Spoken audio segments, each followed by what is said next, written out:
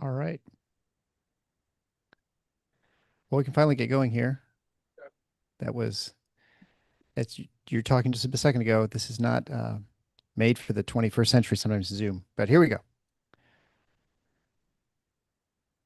Hey everybody, it's Eric alongside Rod with a special July episode where Rod ranks his top players in the Izzo era, so the last 30 years of Spartans.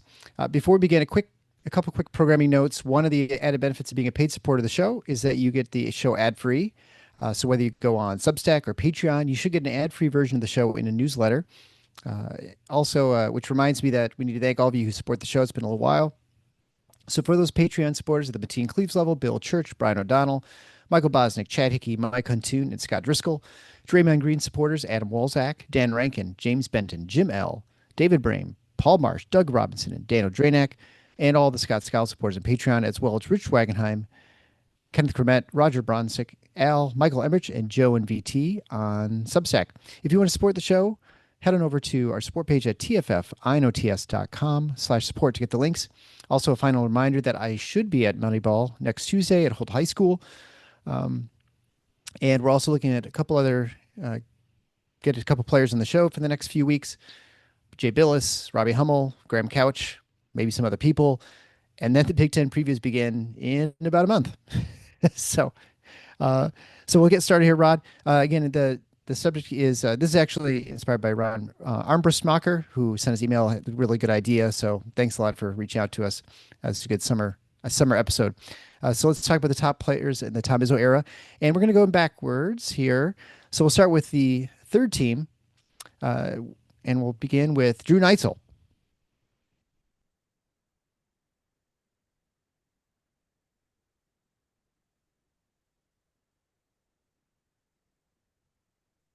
Eric, is it just my list? It's just your list, yeah, Okay. Well, let's start with Drew Neitzel. yeah. Um, an interesting career. As some may remember, he became a starter as a freshman part way on a veteran team that was loaded with juniors and seniors that eventually went to the Final Four before losing to North Carolina. Um, and it was an interesting role for him. You know, he had been one of the most decorated players in Michigan high school basketball history. Um, had done a lot of great things as a high school player, but I think there was still some skepticism about him coming into college because for mostly for what we'll call optics type reasons. He was a 6'1" white guard without exceptional athleticism. Wasn't a terrible athlete, but he wasn't an elite athlete. And those kinds of guys tend to breed skepticism, let's say. Uh-huh. And his role, even once he became a starter on that Michigan State team, was essentially just to initiate offense. He wasn't a big scorer, wasn't expected to be. His role basically was just get the offense started, get the ball to the right guys. And I I will always remember there, and I don't recall how this line got out there, but Michigan State, if my memory serves, I didn't go and bother to look it up, but I'm pretty sure this is correct. That winter was either November or December, probably November.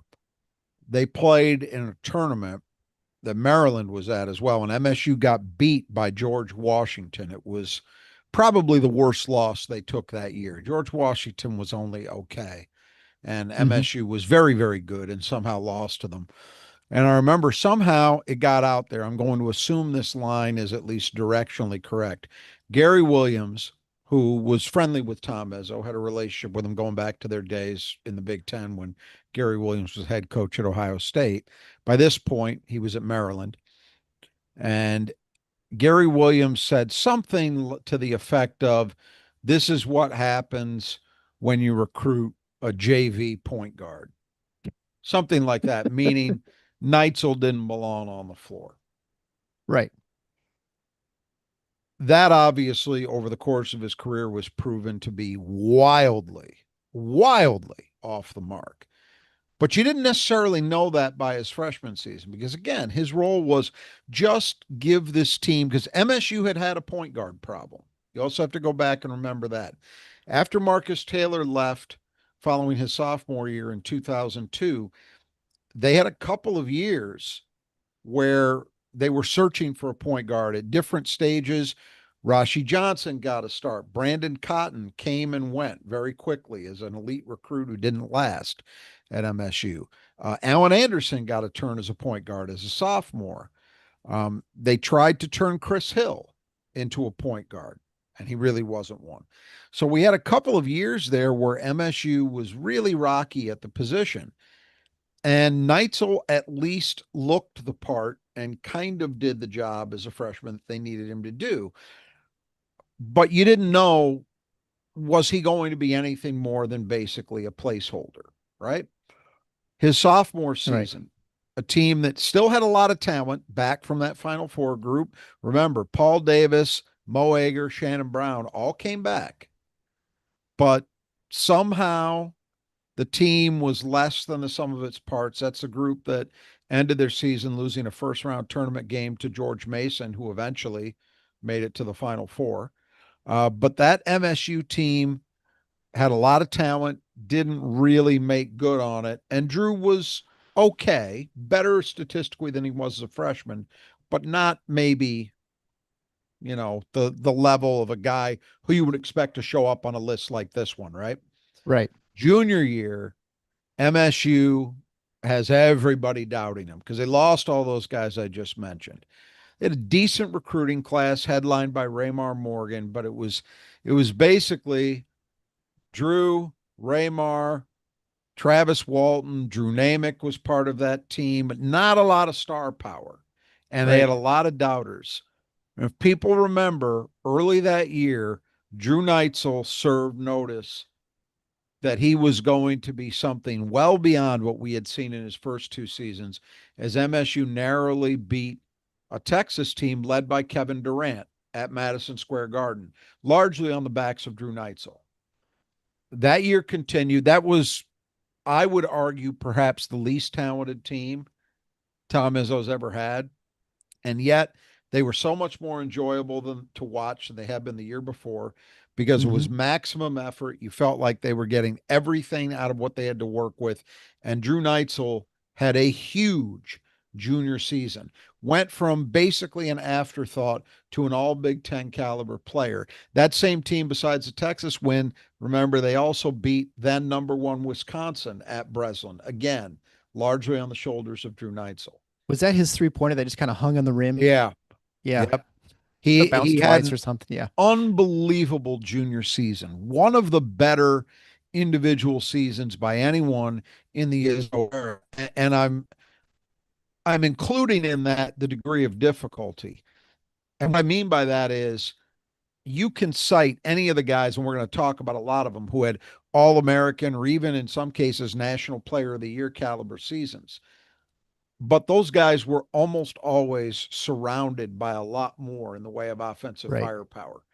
Teams could really load up for Drew because it was basically Drew and a freshman Raymar Morgan. And that was kind of it in terms of scoring. Travis Walton wasn't a big scorer.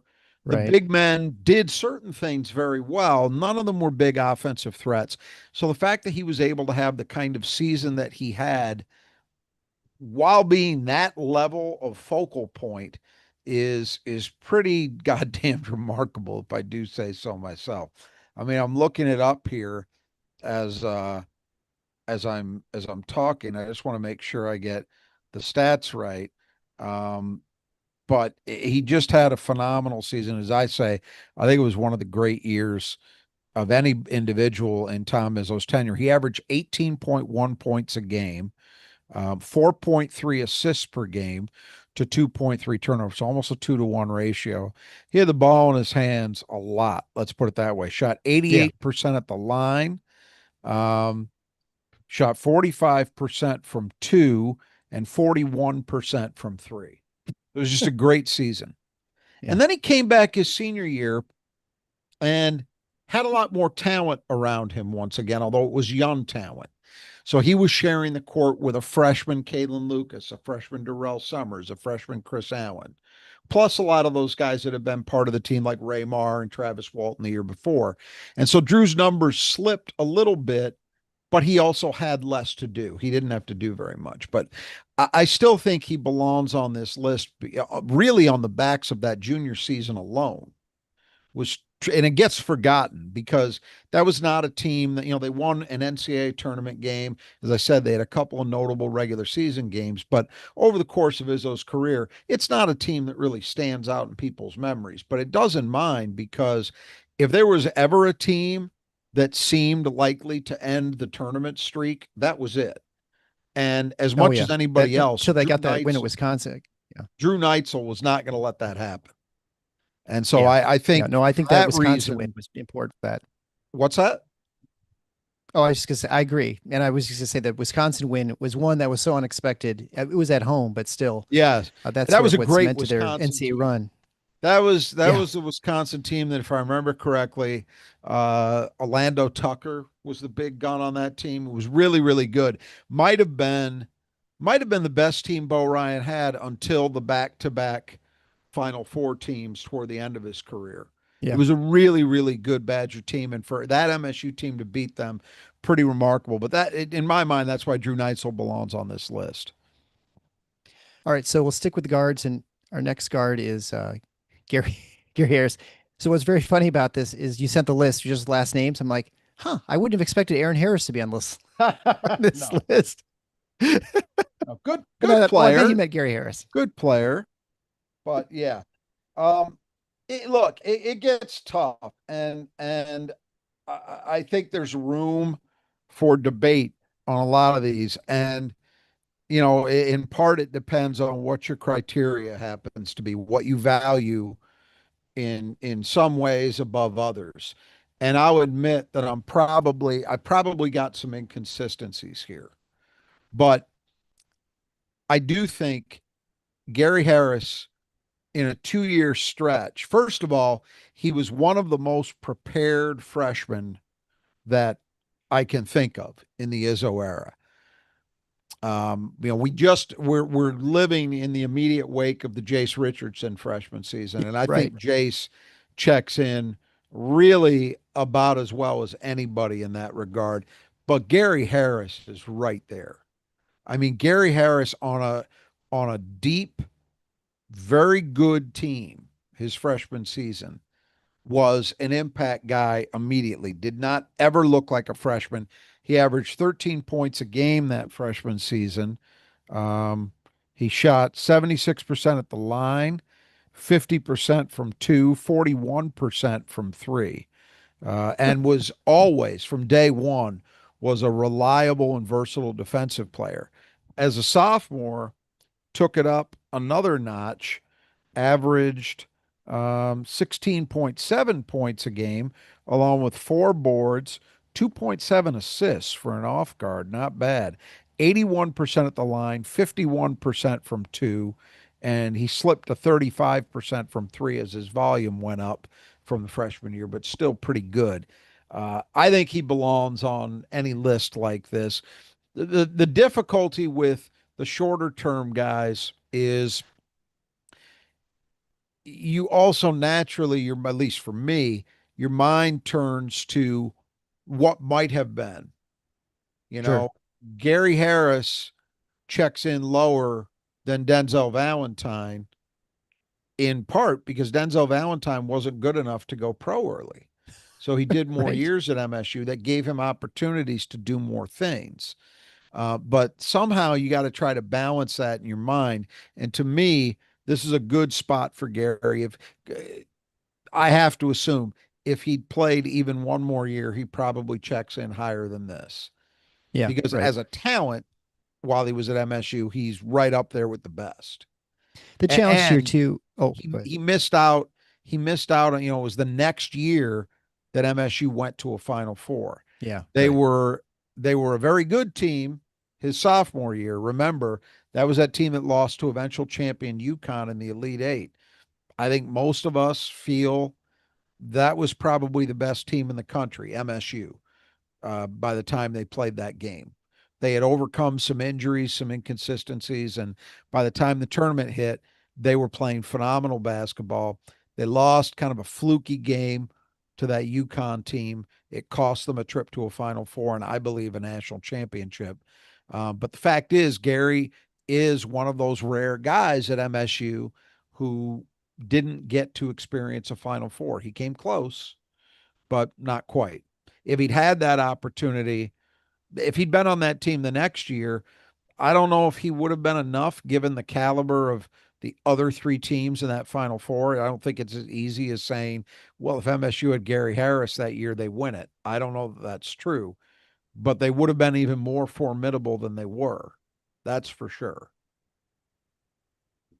Yeah, and I was just going to add that the challenging thing too with a guy like Gary Harris is you almost you can get sort of swayed by what he's done after college as far as you to put him on these sort of all-time great lists, and so it's hard to whatever your criteria is, right? I mean, to you could almost give him an added benefit for being having a long pro career that's been very successful, You versus can, but what I'm Michigan actually State. not just speaking for myself. I'm not doing that. No, I know. I really am basing it on what he did in those 2 years because he really was an exceptional college player over those two Right. years. All right. And so then the next player is we got a wing, Miles Bridges. Yeah, and this is a tough one because there's a couple guys I might as well mention now because I'm sure people are thinking about it that I don't have in my top 15, which is on one of these three teams. And you easily could argue for either of their presence. One is a guy I mentioned earlier when we were talking about Drew, Raymar Morgan. I think Raymar Morgan is one of the criminally underrated players of the Izzo era. He had a great 4 year career, was part of two Final Four teams, two Big Ten championship teams, and he was a rock for all four of those groups. And then the other guy that didn't make it and easily could have is Alan Anderson. Alan Anderson had, I would say, a more inconsistent career than Raymar did, but his the peak of his career, his senior year, was outstanding. He was the best player on Mm-hmm. a Final Four team. And in my opinion, he was the best player on that team. And boy, he did a lot of good things. And the thing that's tough about Allen, that's kind of the what if deal, is I think it was tough for him because he rarely seemed to be able to play at his natural position because of the needs MSU had. His senior year, he played as an undersized four man. People wouldn't blink twice at it now. But at the time, a 6'6" guy with his skill set playing the four was a real rarity. I think it actually worked to his advantage in some ways, but he was still out of position. His natural position was a wing. And then remember, he also did his sophomore year where he basically had to be the point guard. So he had to overcome a lot of things that weren't his fault, that were put in his way. That's another guy that I think, to the surprise of probably a lot of people, had a long NBA career. Um, but either of those guys could have easily made it. But I went with Miles, and that's because Miles Bridges was clear cut the best player on the two MSU teams he played on. He put up some phenomenal numbers. I mean, you look at it as a freshman, 16.9 points per game. As a sophomore, 17.1. So he averaged 17 a game for his career. As a freshman, 8.3 rebounds, sophomore, 7 a game. He had a lot more help as a sophomore. Um, as a sophomore, 2.7 assists to 2 turnovers a game, so he's a positive there. As a freshman, 1.5 blocks per game. Remember, he kind of had to play out of position on a team that Yeah, right. had some of its big men get hurt. Um, Free throw percentage went from 69% as a freshman to 85% as a sophomore. He was a great shooter from two, 55 and then 53%, and from three, 39 and 36%. Really did it all. Remember, it was a shock to many people, including me, that he came back for his sophomore year. That was not expected. He was seen as an obvious one and done. He Yeah. enjoyed his MSU experience so much he came back for his sophomore year, and his return was a key reason why that team was expected to be a national title contender.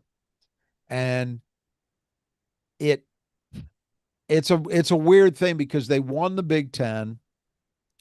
They put up some truly impressive numbers. There's certain things that team did, especially as a rebounding group and a shot blocking group, that were phenomenal Yeah. in terms of the Izzo tenure.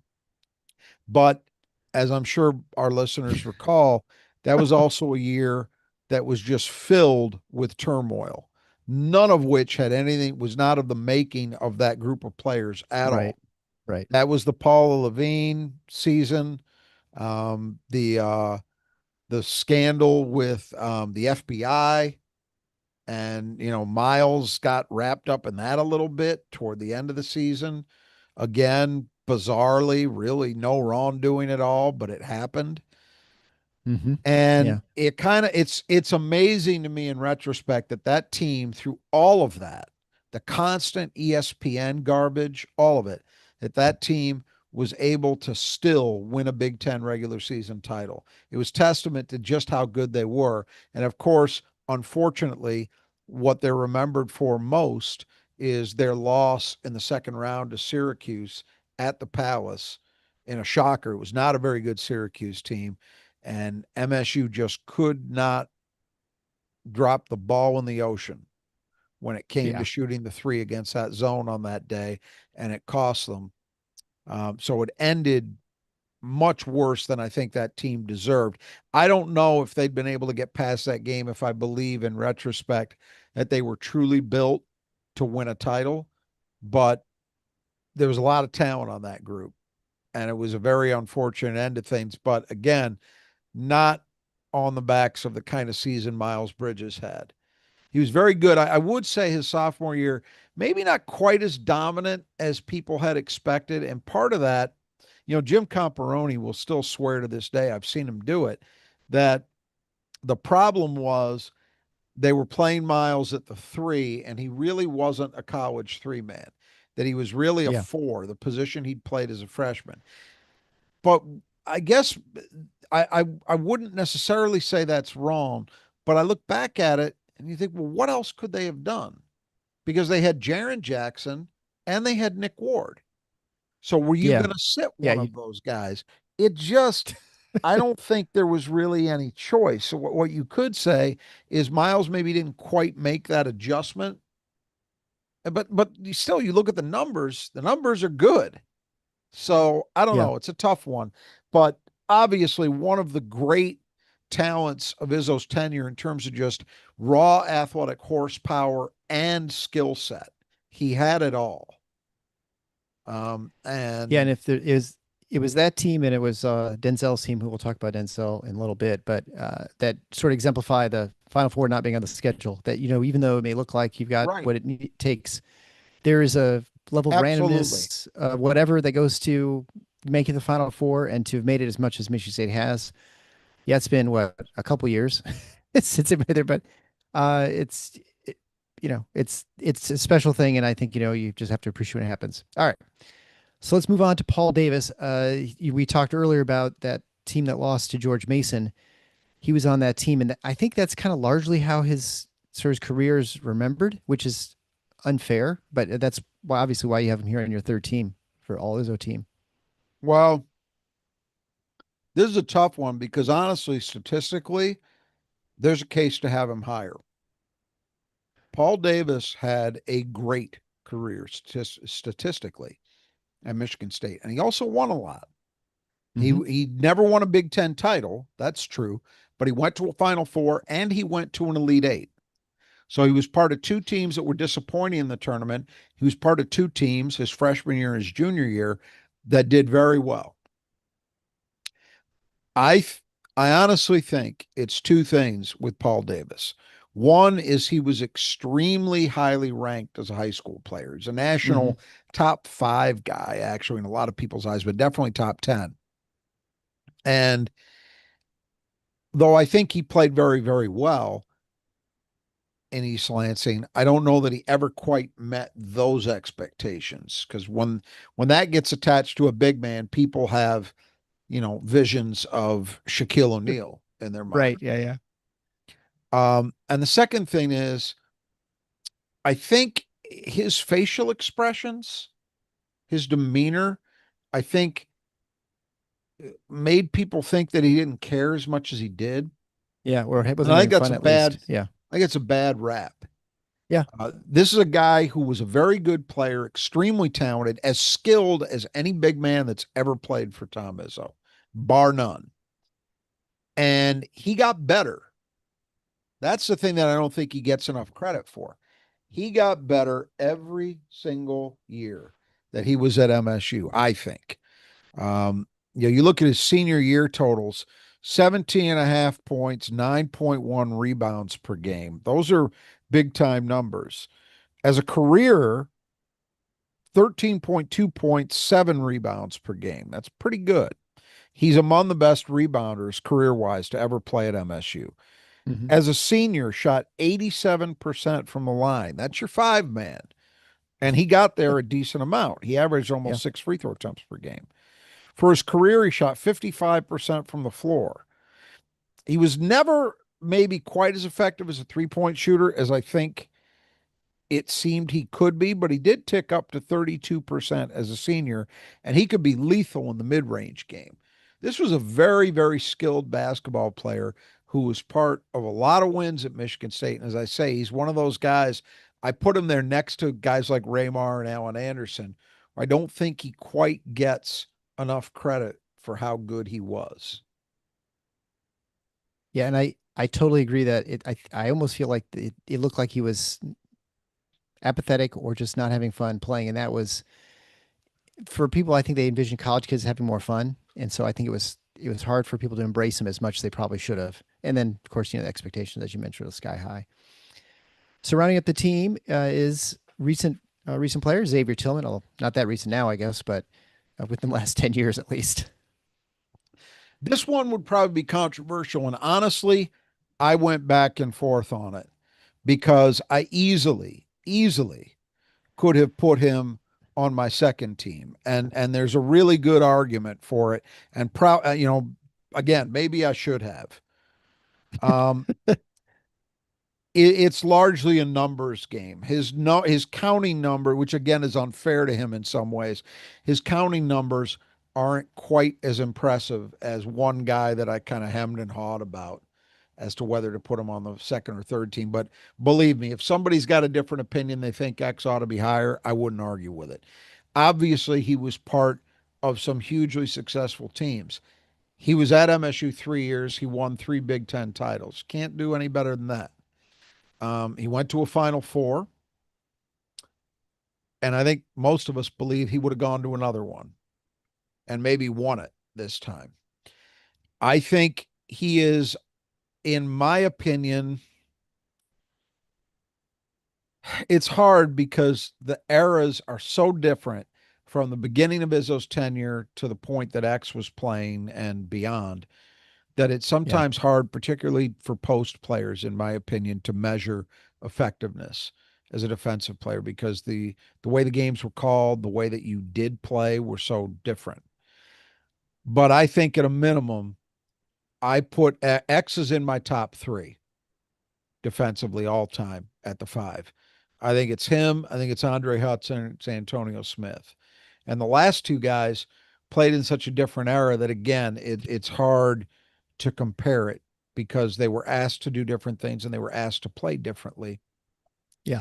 But X was a phenomenal defensive player. We all know that. He also just kept getting better and better offensively.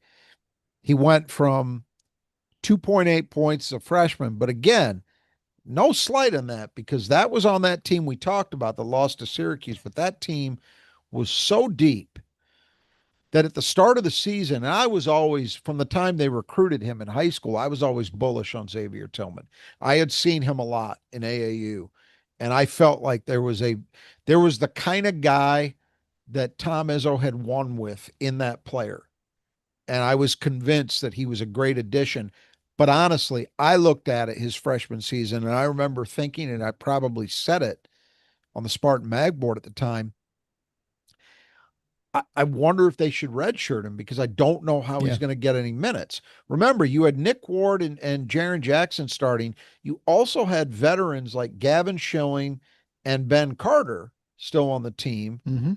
And you also had a Miles Bridges who could play the four if he had to. So you looked at it and you just thought, where is X going to get the minutes? Well, by the end of the season, nobody was asking that question anymore because he'd Yeah. forced his way into the rotation. It reminded me a lot of Draymond Green's freshman year in that way. Hmm. Neither Hmm. one of them put up huge numbers as freshmen, but if you watched the course of those seasons, you knew by the end, oh, this guy's a player. And his sophomore season, I remember saying point blank, Nick Ward better watch out because if he's not careful and he doesn't get better defensively, he's going to lose minutes to Xavier Tillman because Xavier Tillman does all the things that Tom Izzo values. Well, what it took was Nick getting hurt, and then that was it.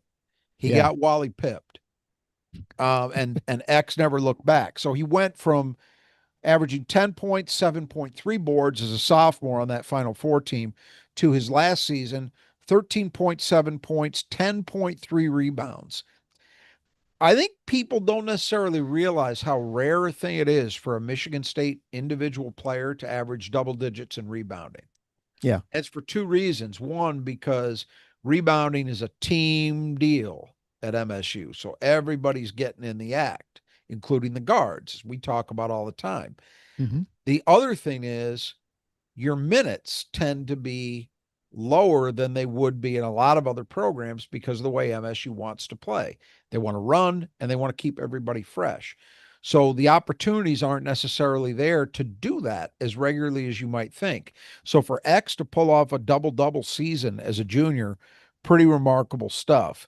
Um, he also became a decent, not great, but a decent shooter as his senior year went on and became a much more effective player around the basket too. He just did more things. So it's again, I wouldn't blame anybody for saying he should be up on the second team because Yeah. Xavier Tillman is a prime example of somebody where the numbers don't begin to tell the whole story. He was a lot more than what those numbers tell you. And I assume you meant to say junior year since he ended up leaving Junior year, early right, for the, yeah, right. right. No problem. And So if we're he'd gonna, come back, obviously, if he'd come back as a senior now, in retrospect, I don't know if that would have been a good move on his part because that yeah. team didn't really have a point guard. But would he have made that team better? Oh, you better believe it. Oh yeah, for sure. Yeah, and then of course at the time it was pretty clear that there was no reason for him to come back in the sense that there was Right. nothing to his game that he could, improve upon or get any better. He was at his greatest value, I guess you'd say, after that year. So we're gonna wipe the board clean as we move to the second team. But that reminds me, also cleaning things. You want to contact the Squeegee Squad of Grand Rapids. Take care of your windows, whether it's your home, your business, high rise. Maybe you're a landlord. You have a bunch of places. Contact the Squeegee Squad of Grand Rapids. Very large region, as I say all the time. It's not just the city of Grand Rapids; it's all around. They even go all the way out to Lansing to take care of like the state capital. So they do a professional, huge team. They can do everything. Get on the ladder so you don't have to. They clean the inside, the outside, the windows. They'll do a great professional job. They can also power wash your house or building as well, so you can get it sparkly clean. Contact them today. You'll be glad you did. It's only 15. You get also 15% off as a listener of the show if you head on over and get the and mention Final Four. And you get the links at our support page at tffinots.com/support. So move on then to the second team, and then we'll start again with the guards, and we'll start with Charlie Bell. We'll go way back to early Izzo era. Charlie Bell, along with Andre Hudson, is just you can describe him simply as one of the all-time great winners. Mm-hmm. Not just in Michigan State history, I would argue college basketball history. I mean, some of the team accomplishments when he was there, it starts to get in the realm of like guys who played at UCLA under Wooden. It's that kind of this is a guy who won 4 Big 10 titles. He won 2 Big 10 tournament titles, won an NCAA title, and went to 3 Final Fours. That's about as good as it gets. I mean, you really would have to go back to like guys that played for Wooden Yeah, who have sure. done more on a team basis. He was a 4 year starter. One of the things that I think is really remarkable, and I think it gets lost to a lot of people in the midst of time. We talked about it when we had John Borovich on because John Borovich is the same age as Charlie Bell. Hmm. So he competed with him and against him when he was a high school player. And I think people forget Charlie Bell was one of the all time great scorers in Michigan high school basketball history. He was a machine in an era where, now you think about this, when Charlie Bell was a sophomore, some of the guys he was competing against in his league in high school were Mateen Cleaves, Antonio Smith, and Morris Peterson. All right. That's his league in high school. That's kind of the track he's on. And this guy was going out putting up 30 plus every season, every game. So he came to MSU with that reputation. I think when most MSU fans think of Charlie Bell, the first two things they think of are rebounding and defense, Yep, which is pretty exactly. remarkable to make that transition. That's not to say he wasn't a capable offensive player too, but his calling cards were things that nobody talked about when he was a highly regarded high school recruit at Flint Southwestern. He made, and that's how he it was those two things, rebounding and defense, that made him a starter as a freshman, that allowed him to step into that big role immediately and just never look back. I also look at the evolution of Charlie Bell over his career. Despite the fact that he was a scorer, Charlie wasn't really an on-ball guy in high school or early on, at least at Michigan State. He had to make himself at least a quasi point guard. Because remember, his junior year, Mateen Cleaves gets hurt and misses essentially the entire non conference. Like he played against Wright State, I think. And that was it. But he played sparingly, if at all, in the non conference. They had to keep their heads above water. And the way they did that was converting Charlie Bell to the point. Right. And he Yeah. held it down. And it helped. And remember, Michigan State didn't really have any depth at that position. The guy who had been the backup the 2 years prior, Doug Davis, had transferred out to Miami of Ohio because he wanted a bigger role. So that really, there was no choice. You think about MSU's lineup that year, who else was going to do it? Morris Peterson, Jason Richardson? They just didn't have anybody who could play that role. And Charlie did it. And then his senior year, he ended up playing a lot of point guard also out of necessity until they felt like Marcus Taylor was ready to play that role. And he did a great job. He ended up averaging better than 5 assists per game as a senior. So I look at that progression that he made. I look at him becoming a better shooter. Um, he became more of a vocal leader as time went on. He was not a particularly vocal guy early on. Just with me, for me at least, the watchword with Charlie Bell was improvement. Every Hmm. single year he Yeah. got better. And, the offensive numbers belie that as well. He went from, was 4 years, 9.2 points a game, 7.8. And then as a junior, 11 and a half. As a senior, 13 and a half.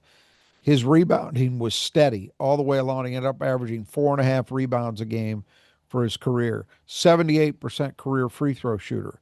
Um, 48% from two, which for a guard is pretty good. 34% as a 3-point shooter. And again, he was a guy, though, even though he was a great scorer in high school, he wasn't seen as a great jump shooter, particularly, but he made Hmm. himself better. And then after he did some time in Europe, he made himself an NBA player and played several years in the NBA. So, again, just improvement, improvement, improvement. That's what Charlie Bell's career was all about. And then the aforementioned Kalin Lucas, who, if you want to watch those videos, was it 2000, was it 6 or 7 with those shorts that go past, like go halfway down to their shins?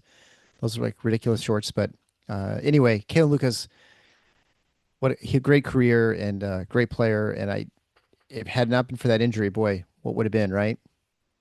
Yeah, and even considering that, you're still talking about somebody who had a dynamite career. And Oh again, yeah. you could say somewhat similar things to what we said about Charlie Bell. Kalin Lucas's career, first and foremost, saw a lot of winning. He won two Big Ten titles. Went to he went to two. His team went to two Final Fours. He wasn't healthy for the second of them, but believe me, he had a lot to do with putting that team in position. Oh yeah. Here's the thing that's remarkable. Only two other guys in my as I'm thinking about it, I believe this is accurate. There's only two other players in Michigan State history who won Big Ten Player of the Year as a sophomore. Irvin Johnson and Mateen Cleaves. That's pretty good company. And that's what Kalin Lucas did. As a sophomore, he was Big Ten Player of the Year. His team won the Big Ten, got to a Final Four, got to a national title game before losing to North Carolina. Um, I think, given what that season was about, you would say the back half of his career maybe was a little bit disappointing, even before the injury, quite honest. His junior year, even though he did some good things statistically, people forget that team, and even though they won a Big Ten title, they just hadn't quite met, the expectations were coming off the national title game appearance and bringing almost everybody back. Yeah. All right, this team is going to go win the whole thing. And they didn't really seem like they were on that track until they hit the NCAA tournament. And then, we saw what happened. They rallied after he was hurt, made a run, got to the Final Four, were victims of a horrendous no call, one of the all-time worst no calls against Butler. And they could have realistically, that team, even without Kalin, could have and probably should have won the national title. Yeah. But just a great career. I mean, again, I go back to that winning Big Ten Player of the Year as a sophomore. That doesn't happen very often. You look at his career: 14.2 points per game, 4 assists per game, uh, 80% free throw shooter for his career, 44% from twos, 38% from threes, maybe a little better than you might remember. But the thing that stands out to me most about Kalin Lucas was, and this is stuff that analytics guys don't like, and as listeners know, we're a big fan of analytics. We use them all the time. Those are tools that I think help you understand the game at a deeper, more accurate level often. But there's a long-standing belief among certain elements of the analytics community that there's no such thing as clutch.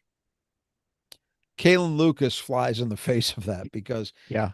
there is not you can name any player over not just Izzo's tenure, the entire time I've been watching Michigan State basketball, going back to 1977, there is not one guy I would take with 5 seconds left, ball in MSU's hands, and a chance to win it over Kalin Lucas. Nobody. I saw him do it. He did it against Kansas in the NCAA tournament. He did it against Michigan in Ann Arbor. He did it many other times. Yeah. That was a guy who just had a knack for big plays in big moments. And I think you have to factor that in alongside the numbers and the team accomplishments. But great career as an MSU player. And if anything, he's one guy, because there's at least one player currently I can think of whose jersey has not been retired, who I'm positive will be, and that's Cassius Winston. Right. But you don't hear much noise to retire Kalin Lucas's number, and I get the sense that's probably not in the cards. I think that's unfortunate because I think in a lot of ways, when you look at his tenure, his career at MSU, he's deserving of that. And then we have the not Jace, but Jason Richardson, a national champion from 2000, and obviously a long NBA career. He's here on the second team as one of the wings. He was a pretty Yeah, good athlete too, wasn't he? yeah, he sure was. Again, as with other 2-year players, it can get kind of challenging, but Right. the freshman year numbers aren't eye popping. Only averaged 5.1 points, 4.1 rebounds per game. But if you watched him, you knew what this guy was, how important he was, just to give that team that extra gear off the bench, that extra little bit of athleticism and jolt and energy. He was very important to that team. They lose some guys, of course. They lose Mateen. More importantly for him, they lose Morris Peterson, and so Right. Jason's got to step into that big wing role, that three role. And boy, did he step in. You want to? I've mentioned it with some other guy, in connection with some other guys. Improvement, the leap that Jason Richardson took from his freshman year to his sophomore year has probably never been bettered. And it wasn't just a function of, well, he's playing more minutes. He went as a 3-point shooter. He went from, as a freshman, 29.6% to 40.2%. And the volume more than, oh gosh, I mean, 5 times up on that Yeah. volume. As a rebounder, good numbers as a freshman, 4.1. He averaged 6 rebounds per game as a sophomore starter. Had a positive assist to turnover ratio, which you don't think about with a guy with Jason's game necessarily being that, but 2.2 assists to 1.3 turnovers. He averaged almost a block per game as a small forward. He went from a sixth man and an important guy on a national championship team to the best player on another Final Four team, Yeah. and then ended up as a top 5 pick in the NBA draft the next year. Uh, Again, the raw numbers would not put him here. If you watched him, I don't think you argue Yeah. with where I put him. I mean, he was just a phenomenal player. If he'd played even one more year, we're not even having a debate. Sure. He had Yeah. he had become, by the time his sophomore year was over, he was beyond any question one of the elite players in the country. Yeah. There are a number of players like this where you watch them play and you're like, yeah, you're playing at the wrong level, right? You're like, Right. you belong, you belong playing better competition than what you're facing in college. And he was definitely one of those. Certainly by his sophomore year, it was clear. So then we go on getting into the 4 spot, Antonio Smith. Now, this one might be controversial. It's not for me at all, but a guy who averaged 6.7 points and 8 rebounds per game. And you say, and as a center or power forward, depending upon how you defined him, only averaged zero point 0.3 blocks per game. So Different total time. non-factor as a rim protector. Yeah. He couldn't shoot, could really rarely ever took a shot outside of a layup or a dunk. And he didn't take a lot of those. And he said, well, why is he on your second team? Well, 2 reasons. One, my money, push comes to shove, and I mentioned it, we were talking about X. It's hard to cross compare eras to some extent for bigs defensively, Yeah. but I still believe there's never been a better defensive 5 man at Michigan State than Antonio Smith was. He was, by every measure, the quarterback of an elite defensive team. Um, and the second reason is, more than any other player, and I'm including Mateen Cleaves in this, Antonio Smith set the tone, set the expectation for what Michigan State basketball was going to become. Yep. No question. And he did it from day one. As a freshman, he took it to some upperclassmen who weren't meeting the standards that he had internally for what the team should be. And he taught some people a lesson. And then when it became his team, unquestionably, all of a sudden you see the rise from his first 2 years where Michigan State was a decent but inconsistent team to his last 2 years where they won Big Ten titles. As a senior, they get to the first Final Four the program had been in 20 seasons. And it just went on from there. But part of the reason it went on from there is that they had an Antonio Smith to lay the foundation. Yeah. You again, could say none he's of a that. cornerstone of the culture. Yeah, as much as anybody who's ever played at MSU, he was the cornerstone of what was to come. And I don't want to, it's funny. I think that stuff is so critical, but it also obscures the kind of player he was. He was an unbelievable rebounder. When I said earlier how impressive it was that X averaged 10 rebounds per game. Right. Um, you know, Antonio only did that once as a sophomore. He averaged 10.6 rebounds per game. Now, he did win a Big Ten rebounding title as a junior. He averaged 8.7 a game. And for his career, averaged 8. So he was a consistently good rebounder. I think he's the best offensive rebounder who's ever played at MSU. As a pure offensive rebounder, he had the best instincts that I've ever seen. But because he was playing at MSU, he didn't have a 15 rebound a game season, the way Right. maybe you do in other programs. The defensive stuff, especially because of the way he played defense, people who measure defense by counting stats, well, Antonio Smith's never going to have anything for them. It was everything else. It was positional defense. It was understanding what MSU wanted to do scheme wise and making sure that everybody was on a string. And he was the quarterback of that thing.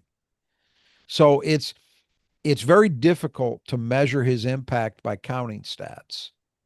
But if you saw him, you know how much he meant. All right. Well, then we'll close out the second team, all Izzo team, with Adreian Payne, who really came on later in his career.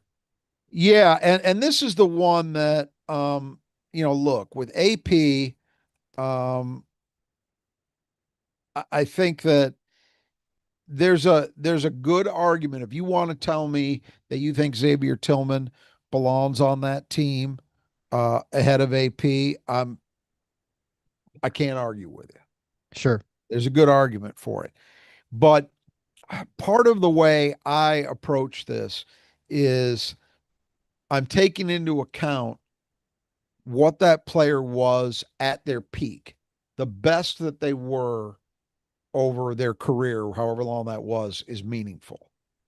And AP as a senior was something else. Yeah. He was so Remember, good. I believe he had a 40-point NCAA tournament game, if I remember correctly, which I think is the record at MSU. As a senior, 16.4 points, 7.3 boards, um, shot 79% at the line, 54% from two, 42% from three on 3.5 attempts per game. So he wasn't shy. Yeah. He just became an absolute load. And AP, again, another example, I keep coming back to this, of guys who steadily found ways to improve. If you remember, he came to MSU and they found that he had real issues with lung capacity. So his conditioning was bad. He couldn't play a lot. He was a highly regarded recruit, but he didn't do very much as a freshman. He only averaged 2.5 points and 2.4 rebounds per game in 9 minutes a game for a disappointing MSU team in 2011. Mm-hmm. And then as a sophomore, he was part of a very good team that won a Big Ten title, stepped it up a little bit, averaged 7 points and 4 rebounds per game. And you could see it starting to come. As a junior, he really closed that season strongly on a very, very good team, got to the Elite Eight, should have maybe won the whole thing. Elected to come back for a senior year, and boy, he was a key factor. I'm sorry, it was his senior year that MSU made the run, Yeah. and probably should have won it. But again, to me, he's right there with Paul Davis for most purely talented and skilled offensive big men who have ever played under Izzo. AP was a very gifted offensive player, and of course, no longer with us. Very sad story, the way he died trying to protect a friend. Yeah. Um, but he had that relationship, of course, with Lacey, and I'm forgetting her last name. during Yes. his senior year. Hmm. A young girl who tragically ended up dying from the illness she had, but not before she had a great relationship established with him, as he was her favorite player. Um, AP was along with the on court development, I feel as if he was one of the guys who off the court maybe developed as much as anybody who played under Izzo. Yeah. You just look at where he was as a freshman to where he was as a senior. And he got to play a few years in the NBA. So he was able to achieve that goal. But again, you want to argue Tillman should be there. I'm not gonna say you're wrong. I put AP here because I felt like his senior year that peak was higher individually. Sure. Well, one thing you can't argue is if you need gutters done, the Brothers Adjusted Gutters can't be beat.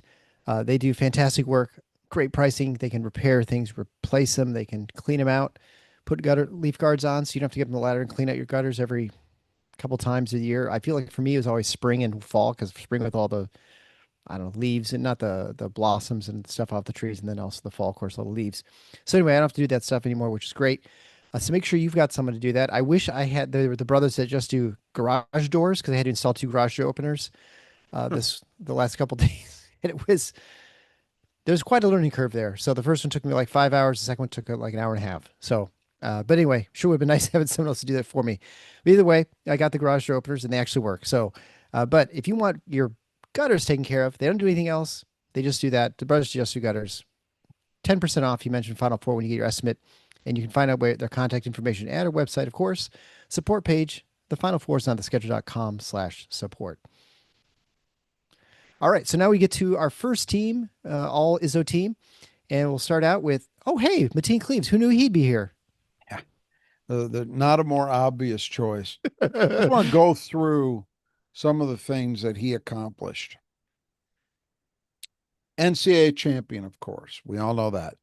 Two-time Big Ten champion. Three-time Big Ten champion. Two-time Final Four participant.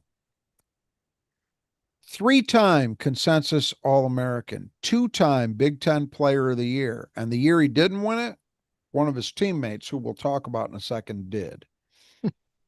Three times All Big Ten. Two times All Big Ten tournament, and he won two Big Ten tournament titles for anybody that cares about a birthday party, child's birthday party. His career counting numbers don't necessarily wow you the way those accolades might suggest. He only averaged 12 and a half points per game, which is good, but it's not, it's not earth shattering.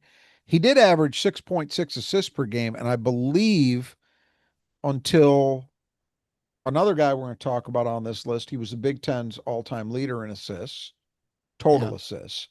Unfortunately, both of them are probably going to they're going to slip down a notch next season because there's a guy at Purdue that's probably going to jump to the top of that chart. But Mm-hmm. Mateen had a nice run. He had a run of about 20 years, close to that, at the top of the Big Ten assist total.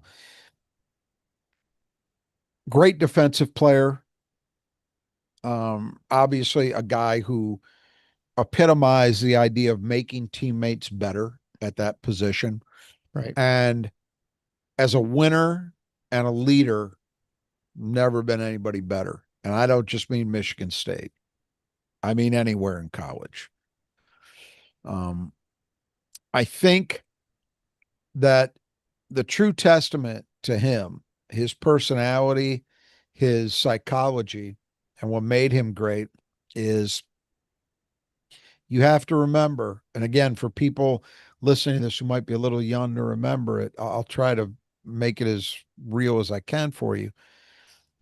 As a high school junior, I have never seen in the state of Michigan, at least, a more impressive physical talent at a point guard spot than what Mateen Cleaves was when he won the state championship at Flint Northern as a junior. He was, 6'1", built like a fullback, but could jump out of the gym. They would run lob plays with him at the dunker, not the passer. That's how good a leaper he was. Yeah. He was a phenomenal athlete. And then he got injured in a rollover of a Ford Expedition um, on a recruiting trip to Michigan.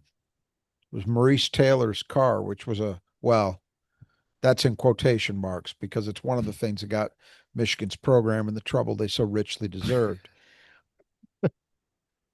But what that meant was Mateen wasn't right for his senior year of high school, and he still wasn't right as a freshman at Michigan State. And you have to imagine, and this is hard to fully make it understood for people who weren't around at the time.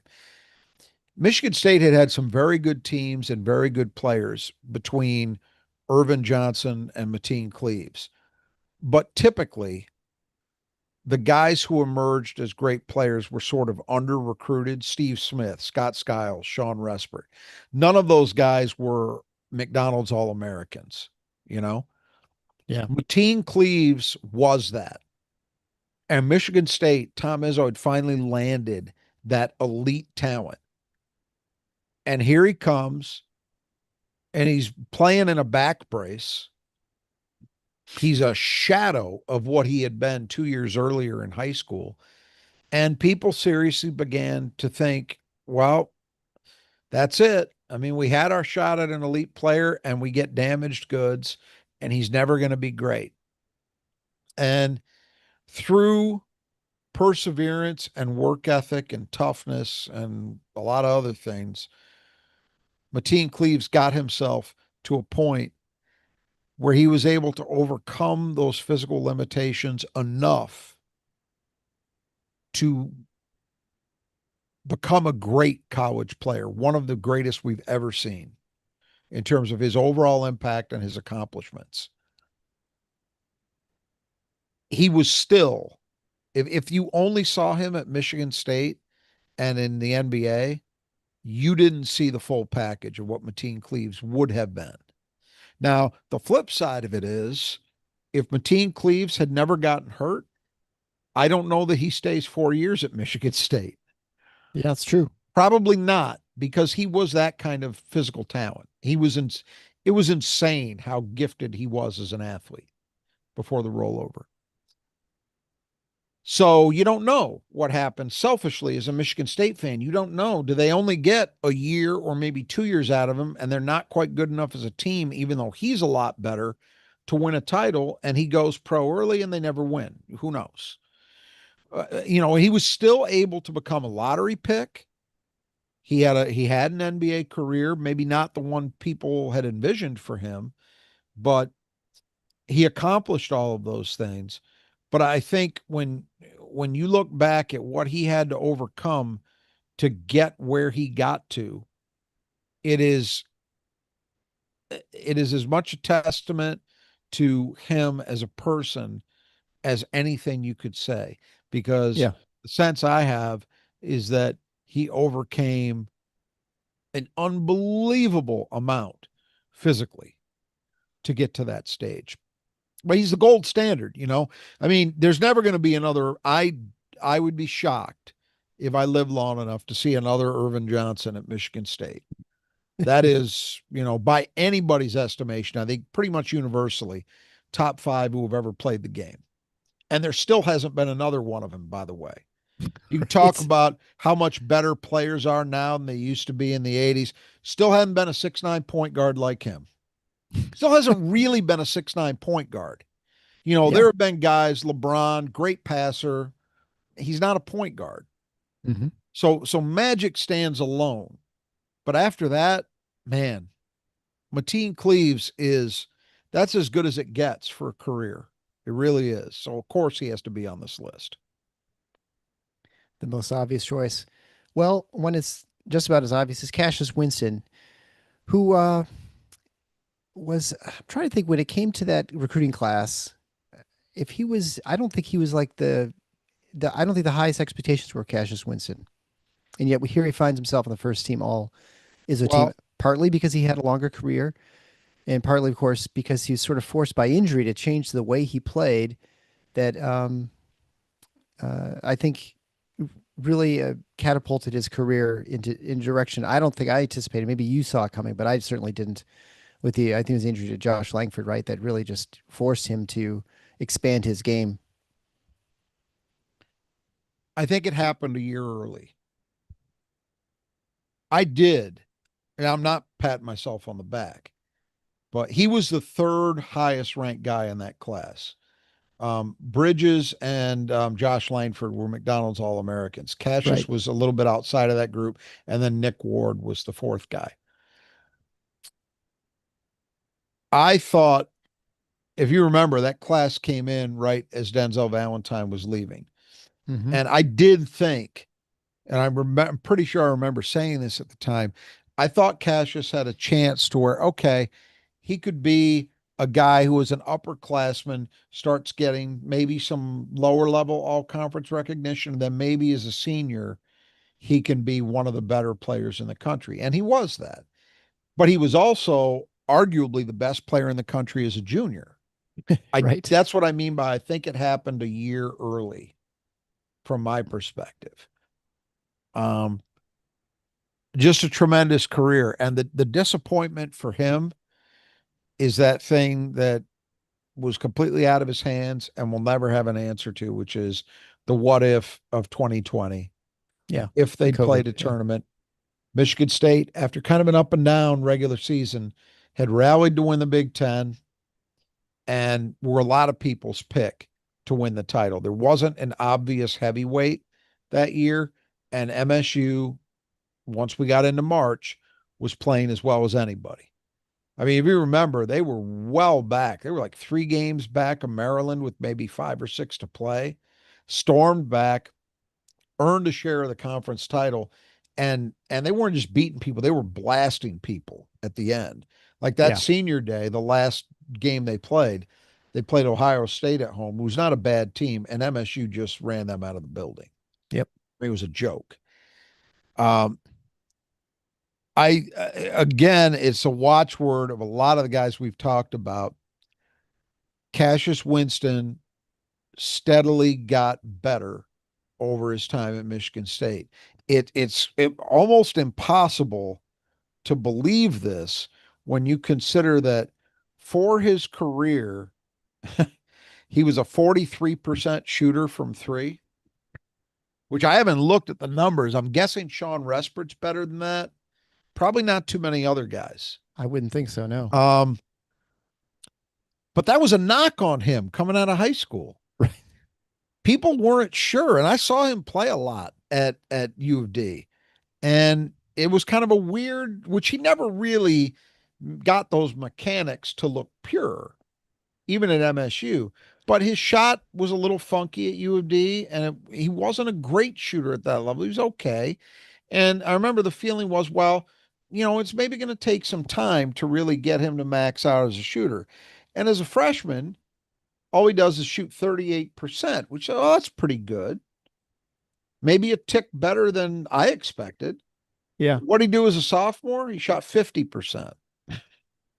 And he stayed above 40, obviously, the last 2 years. So he got better. He was, let's be honest, he was a terrible defensive player as a freshman. Mm-hmm. Yeah. And that's why, despite people clamoring for it because of the obvious offensive game he had, Tum Tum Nairn continued to start during Cash's freshman year. But that started to change when Cash did the thing that a lot of guys before him have done. I think of somebody like Denzel Valentine as an example of this.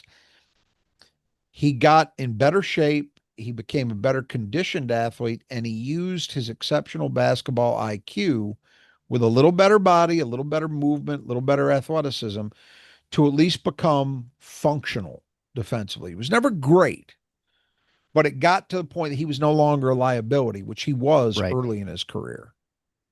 And then, we talked about it. He was, I think still is as of the moment, the all-time Big Ten assist leader. Braden Smith, barring something catastrophic, is going to beat that record, but doesn't change what I think. In my mind, Cassius Winston's probably, when you take everything into account, I think he's the best point guard in the Big Ten of the last 20 years. I can't think of anybody I'd take ahead of him. When you look at a career, Yeah, you could talk about somebody like Mike Conley at Ohio State who was great as a freshman, but he only played 1 year. Do you take that over 4 years of Cassius Winston? That's kind of hard to do. Um, Obviously, the Final Four, the Elite Eight victory over Duke looms very large in our collective memories of him as a player. Hmm. But he was part of three Big Ten championships. And a Yeah. lot of the guys we've been talking about, you have those kind of numbers, right? You have those accomplishments where you look at what the team did, and it's impressive. And when you're the point guard on three Big Ten champions, that says a lot about who you were as a player. So obviously, he has to be on this list. Yeah. No question. So then moving on to Denzel Valentine, whose dad, Carlton Valentine, was his coach, but also played at Michigan State. And Denzel was a guy who I remember him watching him and think, wow, this is a guy who's got a lot of skills. And he'd have this amazing pass, and the next pass we go, four rows into the stands. You're like, oh boy, if he just kind of figures that out. Um, and he did, and especially this is a guy we keep talking about these players improving, which I find funny only in the sense that people seem to forget that people do improve the players, and they look at for last year what you lose, and you're like, oh well, they've got nothing this year. The team's going to struggle to score. I'm like, where are the points going to come from? Well, it turns out they've actually got other basketball players, the team, and they tend to get better too. So before people, you know, get too worried about Jace Richardson leaving, there are other players who who can score. Anyway, that's beside the point. Obviously, Denzel, fantastic player, and that was obviously the NCAA tournament year that was the Middle Tennessee State. But other than that, I mean, the way that season started his senior year was just phenomenal.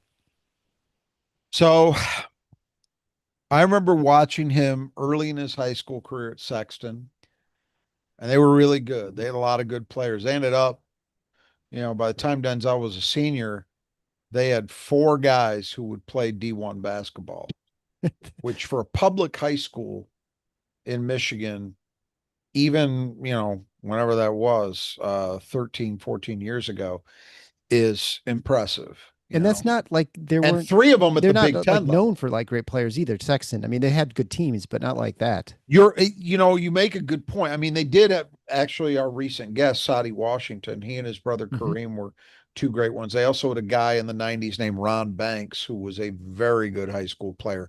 But generally speaking, you're right. Sexton did not have, if you look historically, Everett obviously had Irvin Johnson.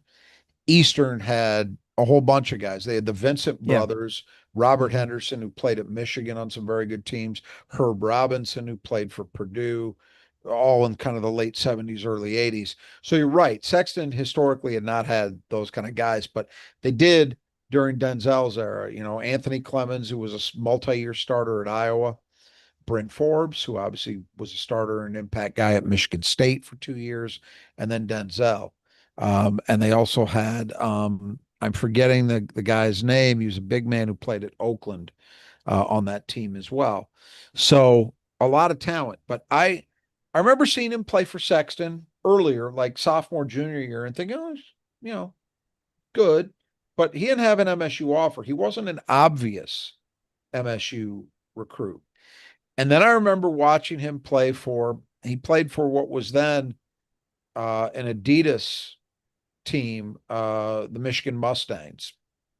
And I saw him play at the Spiece tournament in, um, or Bill Henley run and jam in Fort Wayne, which still goes on, but back then used to be a really great tournament because they would have teams from both the Nike and Adidas circuits, like national teams coming in and playing. And I saw him play. He did not have an MSU offer. This was after his junior year, and it was uh, early May. Still didn't have an offer. And I remember doing a report from that tournament for one of the sites. And I remember saying, I don't know if he's going to get an MSU offer because there were concerns on a couple levels. He was not a great athlete, and he wasn't, believe it or not, he wasn't a great shooter. But what he could do was pass. And boy, could he pass. And he had a presence. Yeah. And I remember saying, I remember putting in this, I don't He's not the best player in this tournament, but he's probably my favorite player to watch. He's probably the most exciting guy to watch Yep. because of the way he sees the court. I mean, I don't think Michigan State has had a passer like him since Irvin Johnson. Mm-hmm. Yep. They've had I agree. maybe guys who were a little more efficient. You mentioned the mistakes. Izzo used to refer to him. He used to trot out the old Judd line occasionally. Tragic Johnson. Um, and that applied, especially early in his career. Mhm. But man, when Denzel would connect, you would see, even at that time where he wasn't yet a senior in high school, just the capable of the spectacular in a way that very few guys are.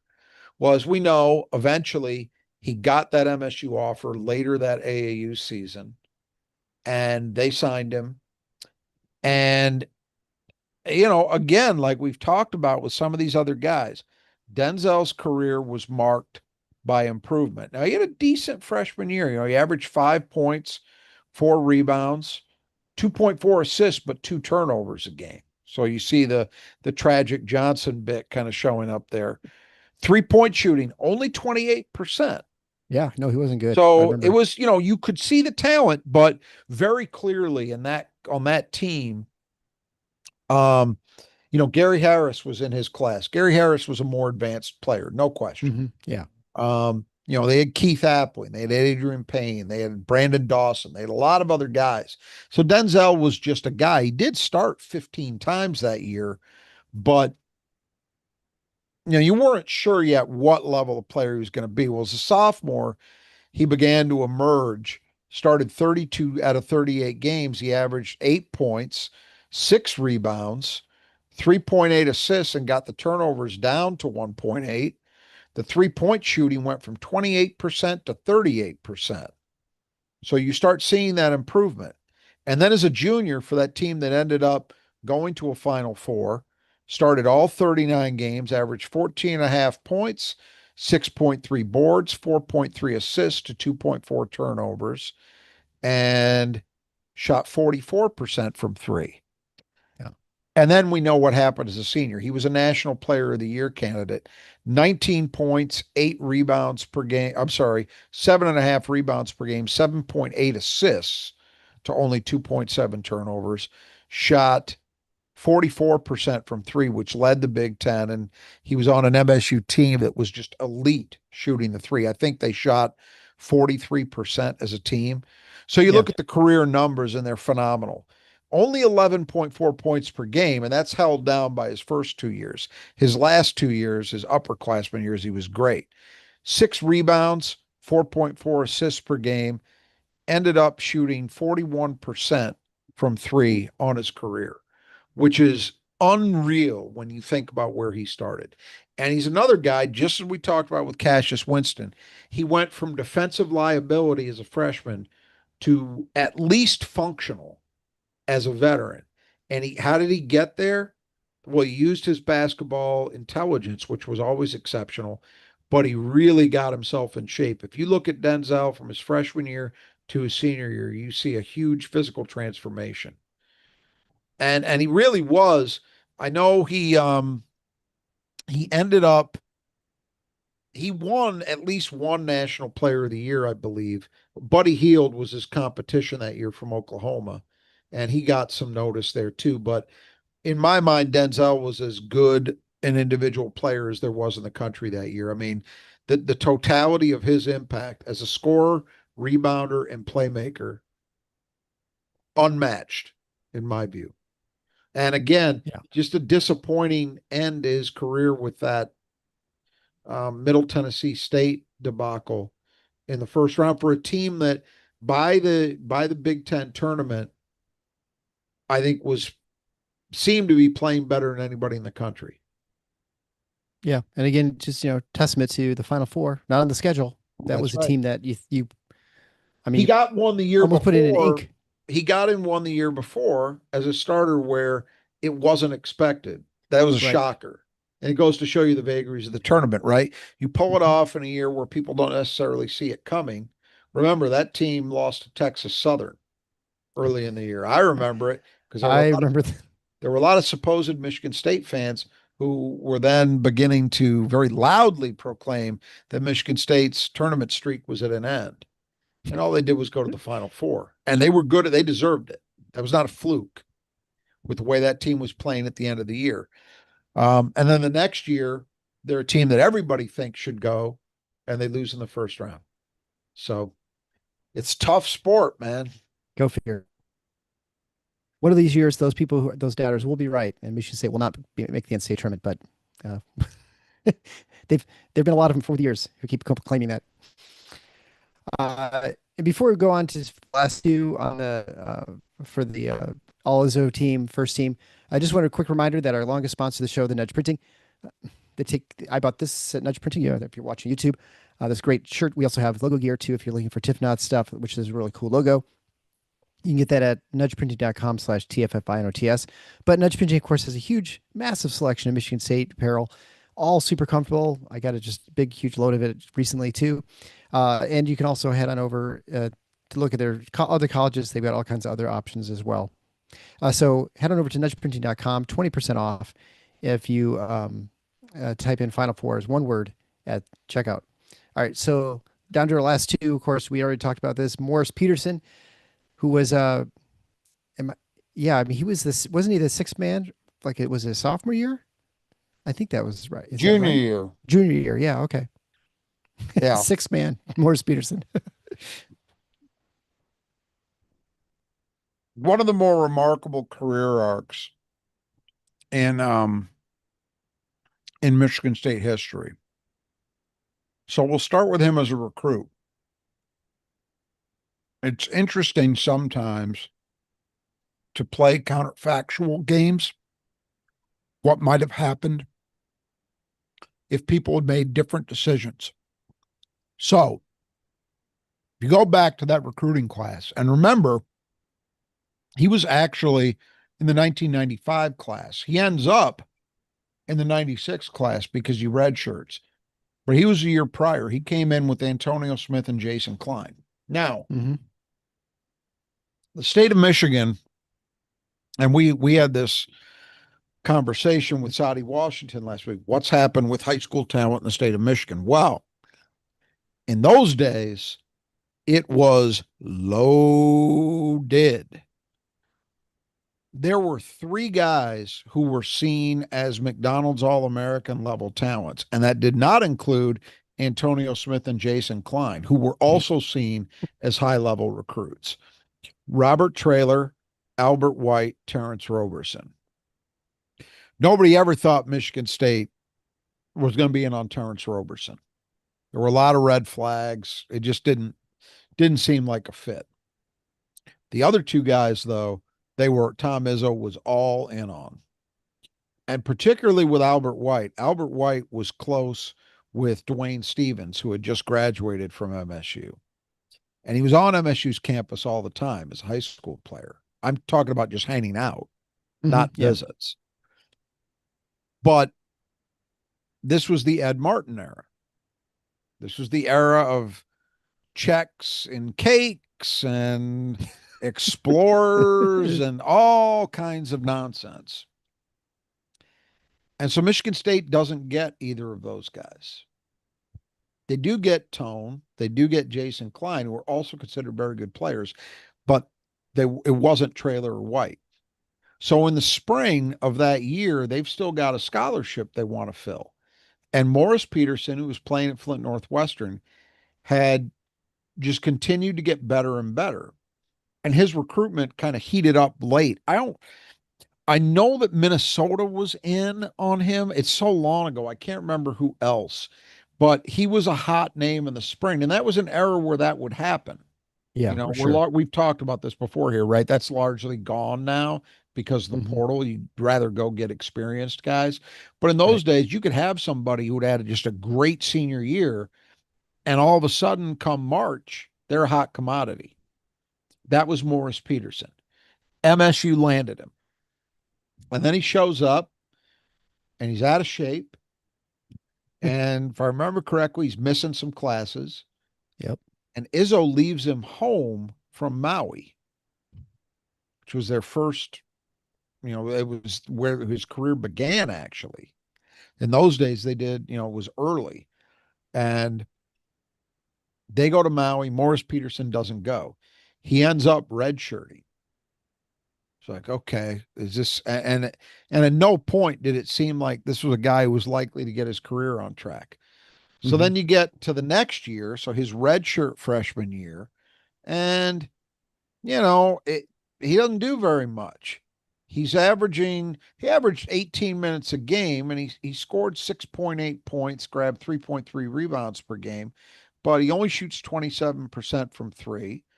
Um, I remember Tom Izzo talking about scouring campus to find somebody he could guard.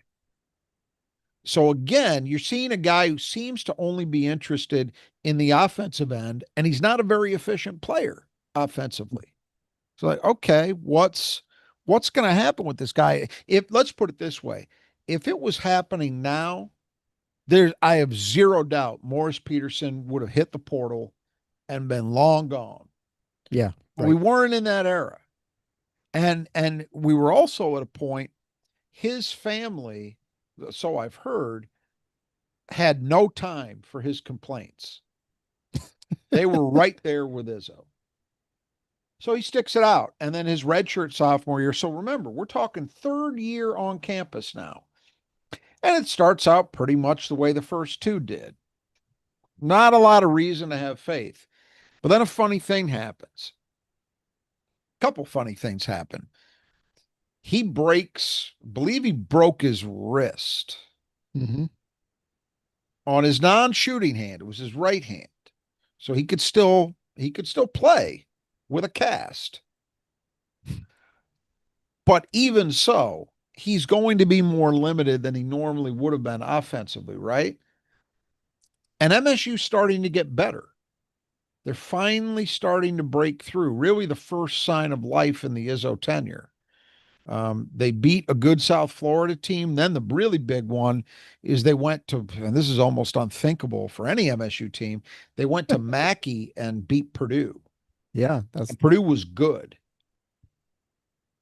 And all of a sudden, there's some life around the team. So Izzo basically says to him, look, if you want to play, you got to guard somebody. And so what happens? He starts guarding people and he starts guarding them very, very well. And all of a sudden, it starts to click.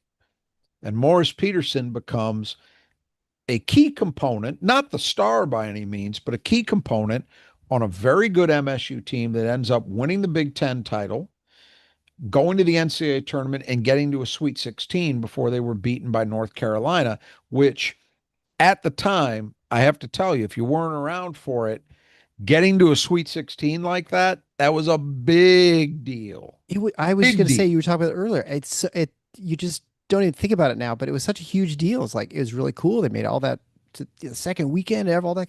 Now you Yes. just it's like, oh, when's the last time they made a Sweet It's when 16? I get on my high horse and I talk about entitlement, it's honestly, if you Yeah, are too young to remember these things, yeah. you cannot possibly have any understanding. I do. It At that point, it had been 8 years since MSU had been to the second weekend. They'd Hmm. been going to the tournament, at a certainly at a better clip than they had in the 80s, but Right. they had been to the Sweet 16 in Steve Smith's junior year and then not again until that point. But Morris Peterson is part of that. And the fact that he gutted it out through an injury, found a way to contribute despite that setback, really, I think, put him in a different light with his coaches and with his teammates. So then he comes back for his redshirt junior year, and that's the year you were alluding to. He's the sixth man, even though I think everybody knew he was one of their best players. Yeah. But Izzo felt that the team functioned better with Jason Klein starting and Mo Peake coming off the bench. And I believe he was the first guy in history, and I think it's still true. But at that point, I'm pretty sure he was the first one to have done it, who was a non starter who made first team All Big Ten. And I think he led the team in scoring too, didn't he? Even though He he's coming off the almost bench. certainly did. Yeah. Yeah. He averaged He averaged 13.6 points per game that year. That was his first year in double digits. Hmm. 5.7 boards. Was up to 37% as a 3-point shooter, 59% from two, which was phenomenal. Um, yeah, he had turned the corner. And then as a senior, of course, a fifth year senior, he leads the team along with Mateen Cleaves to a national title, wins his third Big Ten title, reaches his second Final Four. He becomes Big Ten Player of the Year, beating out his two-time winner teammate Mateen for the honor, among other people. I think he shared it with Michael Redd from Ohio State that year, if I remember correctly. But he was a winner. Hmm. Goes on, is drafted by the Toronto Raptors, has a long, solid NBA career after winning a national title at Michigan State, gets his number retired. It is when you think back to where he was, not just at the start of his career, but sort of midway between in during his third season at Michigan State. And then you think about how it ended, phenomenal. Yeah, I mean, just a rags to riches story, and again a testament to patience. And it's we heard Sadi talk about it when we talked about the portal in our last episode. And we hear Tom Izzo talk about it all the time. And I say this as somebody who ultimately believes that certainly legally, but also morally and ethically, there are not great arguments in the current setup for denying student athletes the ability to transfer.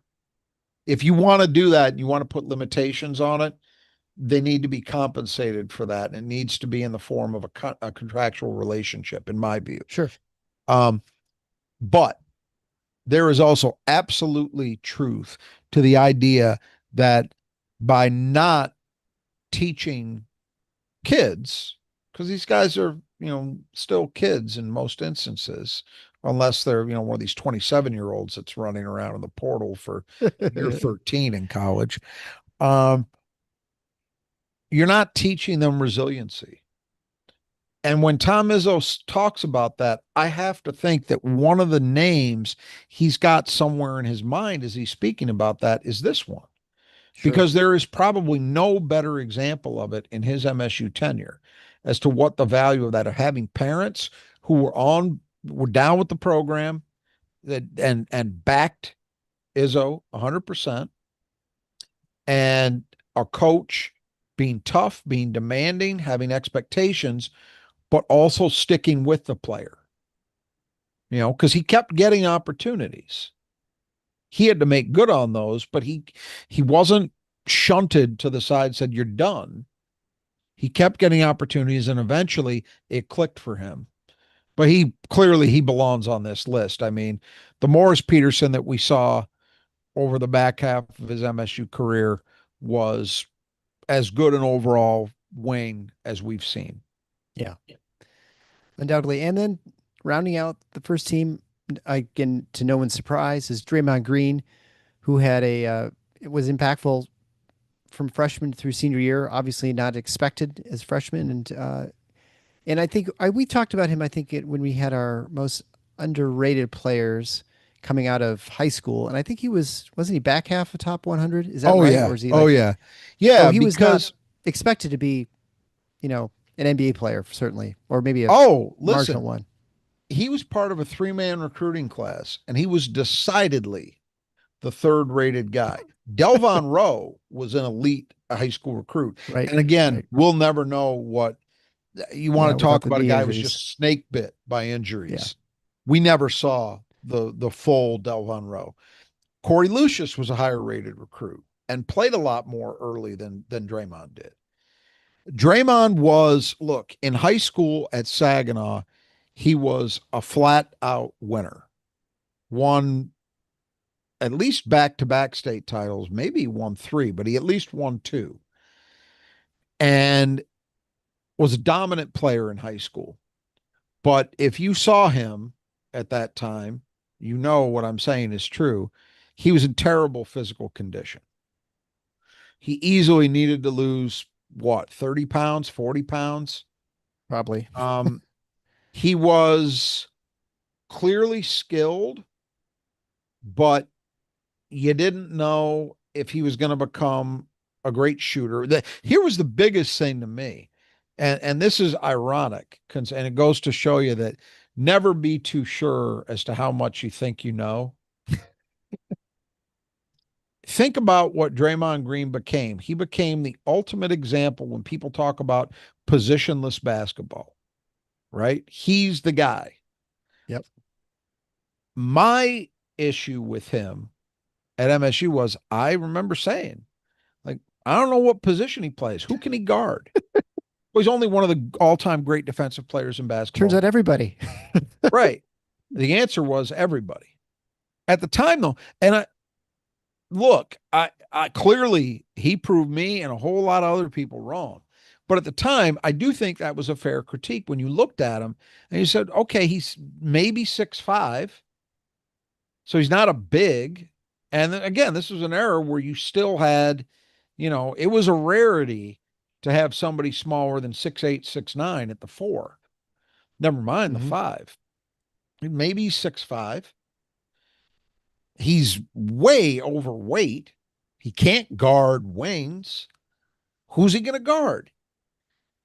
But you started to see that freshman season, especially the back half. Again, very deep, very talented Michigan State team. If you think about the interior players they had, so they started Goran Suton and um, Delvon Rowe at the 4 and the 5. And then they had veterans like Edon Ebok, Marquise Gray. All those guys were there too, and they were all like fourth or fifth year seniors on that team. Um, so there was a lot on the interior. I mentioned this with regard to Xavier Tillman's freshman season. I feel like there are a lot of parallels between the way those two guys' careers went. And Draymond refused to accept not playing, and he forced his way into the rotation. By the time the tournament rolled around, he was making valuable, he wasn't just playing, he was making valuable contributions. If I could still hear that final, I recorded the Final Four broadcast. I've watched it since then, the semifinal win over UConn, and Clark Kellogg referring to him as the dancing bear, which was testament to the fact that he was still overweight as a Yeah. freshman. But he was in a national semifinal. He was forcing his way into the action and making plays. So you could see at that point, all right, this guy is going to be a factor at MSU. But I still, at that stage, if you'd said to me, by the time he's a senior, this guy's going to be a national player of the year caliber talent, I wouldn't have believed it. I didn't see that. But he, like so many other guys we've talked about, that's the thing that's really interesting about Tom Izzo's program. We toss around the word, and he uses it a lot, developmental program, right? Yeah.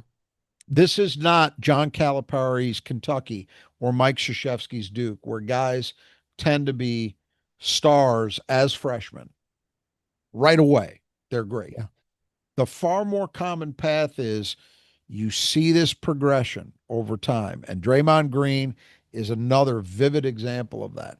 He goes from a guy that it's not even clear as a freshman if he's going to be able to play to by the time he's a senior, he's as good as anybody in the country. And we've got other, Cassius Winston is an example of that. Denzel Valentine is an example of that. I mean, we've got others we've talked about who fit that mold, but Draymond Green as much as anybody. Um, Truly a unique player. I think when you talk, Michigan State's been really blessed the time that I've watched them. They have had some truly elite leaders. And there are some guys who were great leaders who weren't necessarily top tier players. Somebody like Travis Walton fits that mold, right? Right. And there have been some others over time maybe, but the guys I always think about, Irvin Johnson, again, class by himself for a lot of reasons. But then I think about Scott Skiles, Mateen Cleaves, and Draymond Green. Those are the other three guys that belong on that list. And I think the team that Draymond Green captained as a senior was such a that team did a phenomenal job of getting the most out of what they had to work with. Because remember, they had been very disappointing the year before. Their seniors kind of checked out. They disappointed after they were seen as a potential national title contender. They didn't come anywhere close to that. Had to kind of scrap to get into the tournament late in the year. Lost a lot of guys. And so, again, people were kind of down on them a little bit entering that season. All they do is go out, win the Big Ten, win the Big Ten tournament, and earn a one seed, which has Yeah, been done less often than Michigan State has reached Final Fours, by the way. you're right. I think it's only been done. The 1990 team did it. I think the Cleaves teams maybe did it twice. Um, Not often. That team would be four. Maybe there's one other that I'm forgetting, but it's far less than the times they've reached the Final Four. So that was a huge accomplishment to have that kind of year when coming in, people really didn't have huge expectations. Like heading into the year, I think most MSU fans would have seen getting into the tournament as acceptable, and they were way beyond that. And a lot of it, a ton of it, you have to attribute to the kind of leadership and play that Draymond Green exhibited throughout the year. So again, another guy for the team accomplishments. He went to two Final Fours, was part of three Big Ten champions. Again, we that keeps coming up with these guys, right? All the team accomplishments. Yeah, Reached a national title game. Was a National Player of the Year candidate, and at least won it in one version or another. And has gone on to have, of everybody we've talked about on this list, the best pro career. He will be Michigan State basketball's second Hall of Famer, along with Magic Johnson. I have no doubt about that. And yeah, just a remarkable career. MSU's all-time leading rebounder. Um, I mean, what more can you say? Just a great run. for sure. All right, we're going to wrap it up there. And thanks again for joining us for all the all-time Izzo players. Again, head on over to our support page at tffinots.com/support, where you can find links to all our great sponsors of the show, ways for you to contribute and join our team and get the ad-free version of the show. Also, I want to remind you too that I will be at the Moneyball on Tuesday, which means we're going to have a Moneyball report. I'll try and take detailed notes on what's going on, and we'll have a good idea for who's going to shoot 65% from three this season after watching Moneyball. So, so I guess until next time, the Final Four is on the schedule. Go green.